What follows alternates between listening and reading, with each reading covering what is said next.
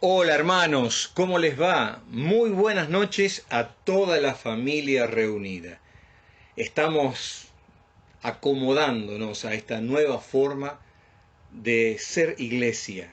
Nosotros tenemos este eslogan, que es un eslogan nuestro, que dice que el Centro Familiar Cristiano, somos iglesia, somos familia. Y como iglesia del Señor, somos una familia espiritual y estamos como reinventando, redescubriendo la forma que en medio de esta pandemia podemos tener comunión y podemos seguir siendo edificados por la palabra de Dios en forma así conectada a la tecnología, ¿no? Y bueno, pensando en eso, en esta noche, así como ha sido propuesto, vamos a comenzar un breve estudio.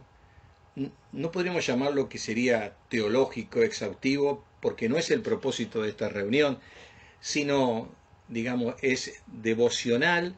Vamos a estar 15, 20 minutos reflexionando como siempre, pero en forma temática y en forma correlativa durante 6 miércoles, hablando sobre el Espíritu Santo. Así que vamos a ver algunos aspectos del ministerio del Espíritu Santo para que tanto los hermanos nuevos como aquellos que tienen un poco más de conocimiento, no solamente sepamos, que es lo más fácil, sino que podamos vivir en una relación con el Espíritu Santo que transforme realmente nuestras vidas.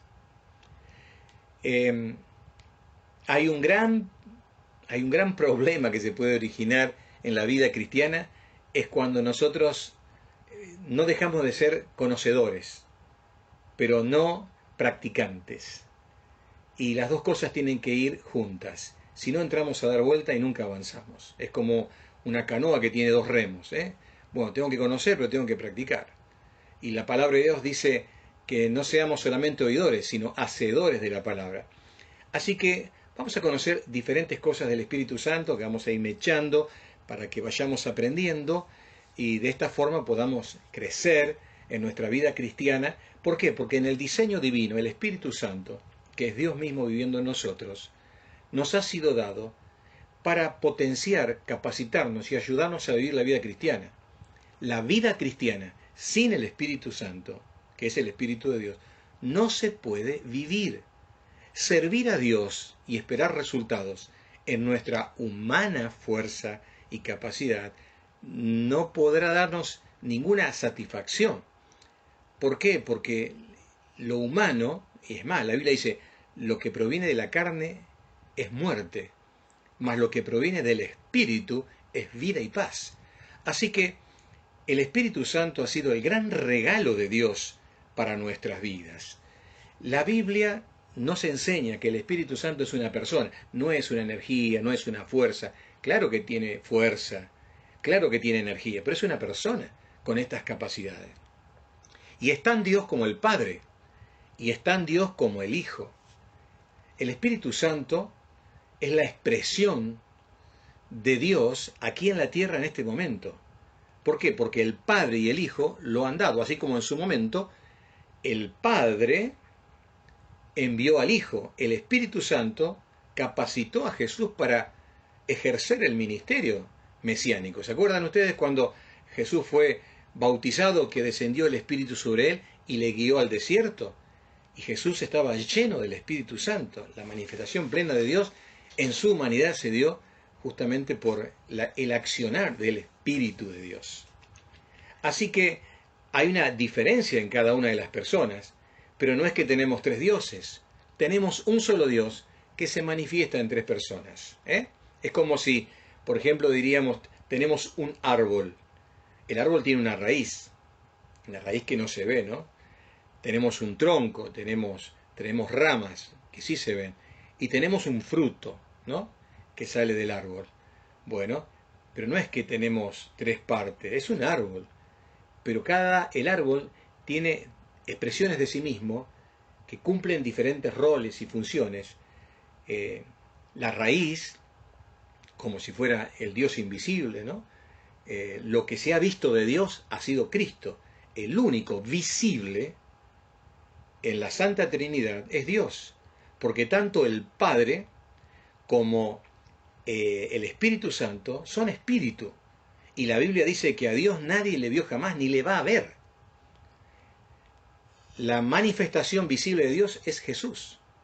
Por eso hago un paréntesis aquí y comento que esta película que ahora ha salido, La Cabaña, comete algunos errores teológicos importantes, varios.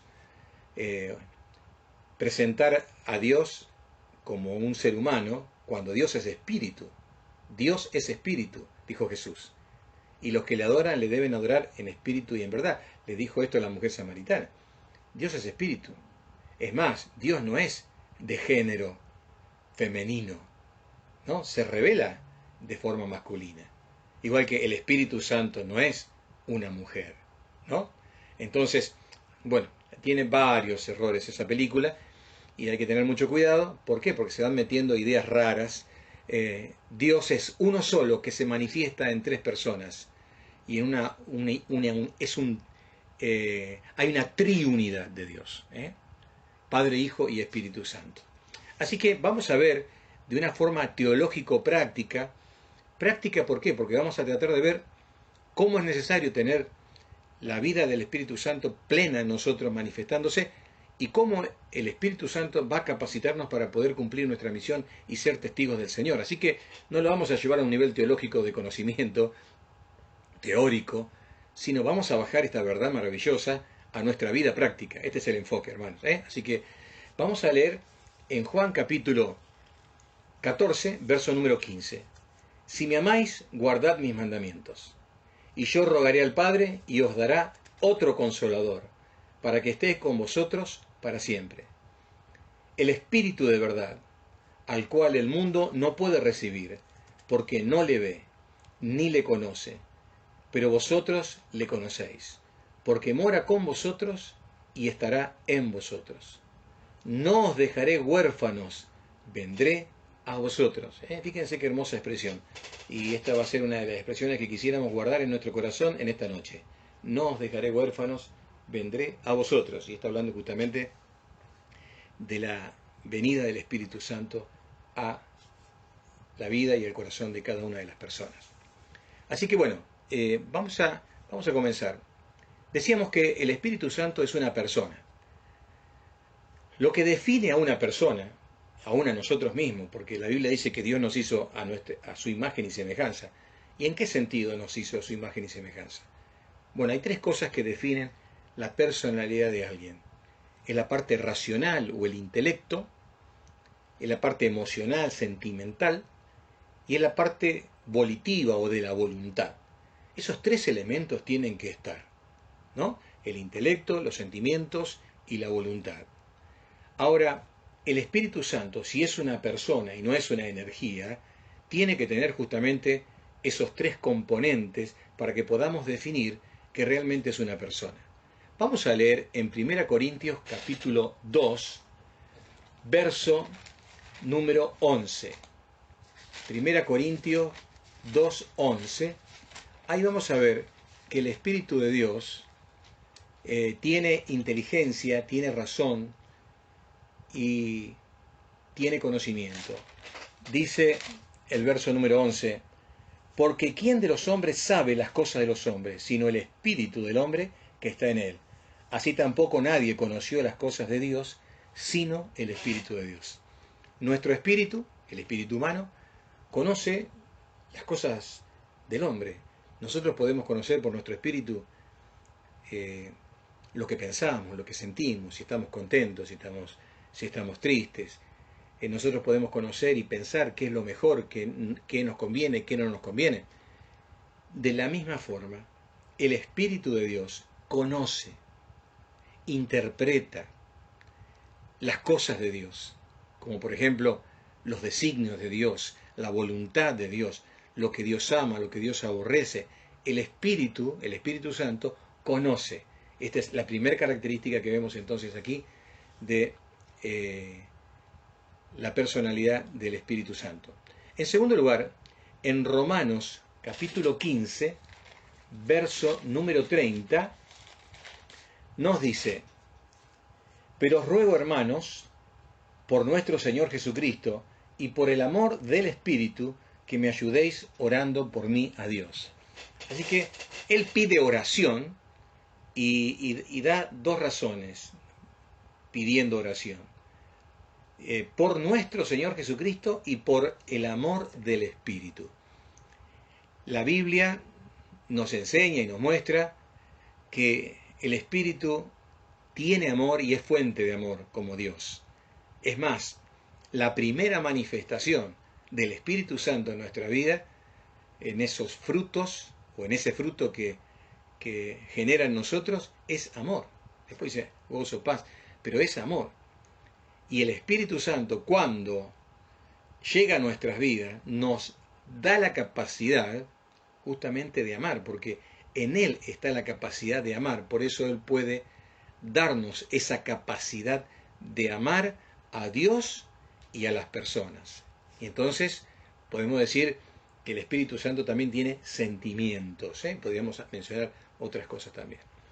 Y en tercer lugar, en 1 Corintios, capítulo 12, verso número 11, dice: pero todas estas cosas las hace uno y el mismo Espíritu, repartiendo a cada uno en particular como Él quiere. Y está hablando de los dones espirituales.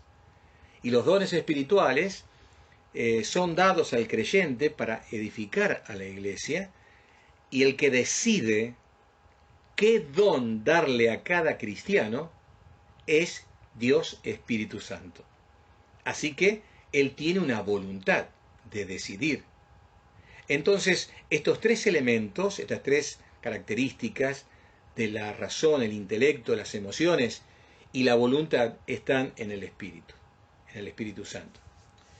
Podemos aprender otras cosas sobre el Espíritu Santo considerando los distintos nombres con que aparece en las Sagradas Escrituras. Y vamos a ver algunos. Por ejemplo, en San Juan capítulo 14, verso número 26. San Juan 14, verso número 26, nos dice: mas el Consolador, el Espíritu Santo, a quien el Padre enviará en mi nombre, Él os enseñará todas las cosas y os recordará todo lo que yo os he dicho. Noten eso, ¿no? Este nombre se le da, Consolador, y dice el Espíritu Santo. Y la palabra griega aquí que se utiliza para decir consolador es paracleto. Y el paracleto era justamente la persona que iba al lado de otra persona para ayudarlo. Hágase de cuenta de que hay una persona que tiene una debilidad física y viene otro y entonces la alza, la levanta, le hace de muleta. Bueno, justamente el que viene a nuestro lado para ayudarnos a vivir la vida cristiana es el Espíritu Santo. Y ese término que se usa es consolador. Recién habíamos leído en Juan 14, en el verso número 16, yo rogaré al Padre y os dará otro consolador. Podríamos traducir otro ayudador. ¿Por qué otro? Porque Jesús había sido el ayudador de ellos durante 3 años y medio. Pero ahora Jesús se iba al cielo luego de morir en la cruz. Y Él les dice: yo no los voy a dejar huérfanos. Yo les dejaré el Consolador, alguien que los va a ayudar. Así como yo los he ayudado durante todo este tiempo, ahora vendrá otro. Claro, de una manera diferente, porque será una persona invisible. Pero esa persona invisible obraría maravillas en la vida de la iglesia naciente y de los cristianos del primer siglo. Vamos a buscar otro pasaje en 1 Corintios, capítulo número 3, verso número 16. Nos dice: ¿no sabéis que sois templo de Dios y el Espíritu de Dios mora en vosotros? ¿Cómo se le llama entonces aquí al Espíritu Santo? Espíritu de Dios. Esa es otra forma, ¿no? De resaltar la deidad del Espíritu Santo. Vamos a buscar otro pasaje. Romanos, capítulo número 8, verso número 2. Porque la ley del Espíritu de vida en Cristo Jesús me ha librado de la ley del pecado y de la muerte. Fíjense cómo se le llama. Espíritu de vida en Cristo Jesús. Espíritu de vida. El pecado produce muerte, pero el espíritu produce vida. La regeneración, la nueva vida, el nuevo nacimiento, como le dijo el Señor a Nicodemo, ese religioso que vino de noche, bueno, es por el Espíritu. El Espíritu Santo es aquel que le dio vida a nuestro espíritu muerto para que ahora tengamos una nueva vida que busca y se deleita en tener comunión con el Señor. Vamos a buscar otro pasaje más. Volvemos al Evangelio de Juan. Jesús habló mucho esa noche final. En el capítulo número 16, verso número 13, dice: pero cuando venga el Espíritu de verdad, Él os guiará a toda verdad, porque no hablará por su propia cuenta, sino que hablará todo lo que oyere, y os hará saber las cosas que habrán de venir, cuando venga el Espíritu de verdad.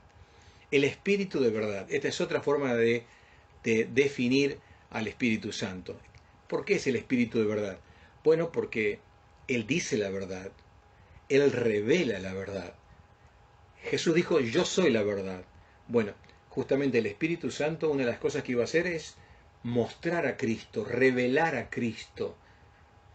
El Espíritu Santo iba a enseñarnos la verdad. Dice Juan 17:17, santifícalos en tu verdad, tu palabra es verdad. Justamente el Espíritu Santo, que fue quien guió a los profetas y apóstoles que escribieron las Sagradas Escrituras del Antiguo y del Nuevo Testamento, es un espíritu de verdad. No miente y revela la verdad de cómo el hombre debe conducirse en la vida y de cómo debe vivir para agradar a Dios. Así que este espíritu de verdad nos guía. Y nos guía a nosotros, nos guía a toda verdad. También puede significar en un sentido más simple para nosotros, más doméstico, en todas las áreas de nuestra vida.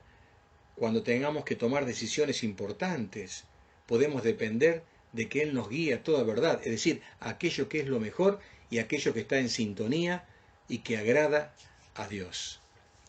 Podemos leer otro pasaje. Hebreos capítulo 10, verso número 29. Hebreos 10, 29 dice: ¿cuánto mayor castigo pensáis que merecerá el que pisoteare al Hijo de Dios? Eso significa aquel que desprecie a Jesús y tuviere por inmunda el sacrificio, la sangre del pacto en la cual fue sacrificado, es decir, menosprecie la obra de Cristo en el Calvario, e hiciere afrenta o insulte al Espíritu de gracia, es decir, la persona que está siendo alertada, inducida, exhortada a reconocer a Cristo, a reconocer la obra de Cristo, y esa es tarea justamente del Espíritu Santo. Justamente el Espíritu Santo es espíritu de gracia. ¿Por qué?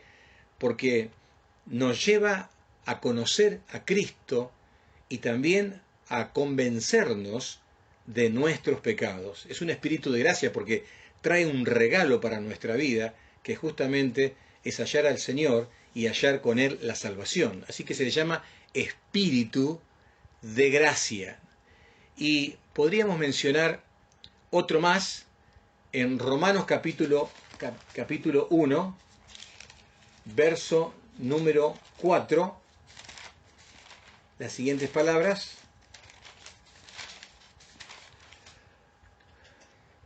que fue declarado Hijo de Dios con poder, hablando de Jesús, según el Espíritu de Santidad, por la resurrección de entre los muertos. Según el Espíritu de Santidad. O sea, es otra forma de decir Espíritu Santo. Espíritu de Santidad. Justamente, el Espíritu Santo aborrece tanto el pecado como el Padre y como el Hijo, y es un Espíritu que obra en consecuencia con su santidad y también trabajará para santificar la vida de los hijos de Dios. Así que fíjense todos estos nombres que nos ilustran lo que es la obra y la persona del Espíritu Santo. Ahora, ¿por qué vino principalmente el Espíritu Santo? ¿Por qué razón vino? ¿No? Y una de las razones importantes la encontramos en Juan capítulo 16, verso número 14. Este pasaje realmente es muy lindo. Jesús habla de esto y dice: Él me glorificará porque tomará de lo mío y os lo hará saber. Notemos esto. El propósito del Espíritu Santo es glorificar a Cristo. Y la pregunta que surge acá es: ¿cuál será entonces el resultado lógico si el Espíritu Santo controla nuestras vidas? Y evidentemente el resultado será que querrá inducirnos a que nosotros todas las cosas que hagamos, la hagamos no para nuestra gloria personal, sino para glorificar a Cristo. El propósito es ese, como dice también 1 Corintios 10:31, hacerlo todo para la gloria del Señor, no para gloria personal. Juan 15:8 nos dice también una verdad relacionada a esta muy importante sobre lo que es lo mejor para un hijo de Dios, y dice lo siguiente: en esto es glorificado mi Padre, en que llevéis mucho fruto y seáis así mis discípulos. Justamente el Espíritu Santo va a producir el fruto en nuestra vida, ¿no? Su obrar en nuestra vida, y justamente esos frutos son para que el Señor sea realmente glorificado.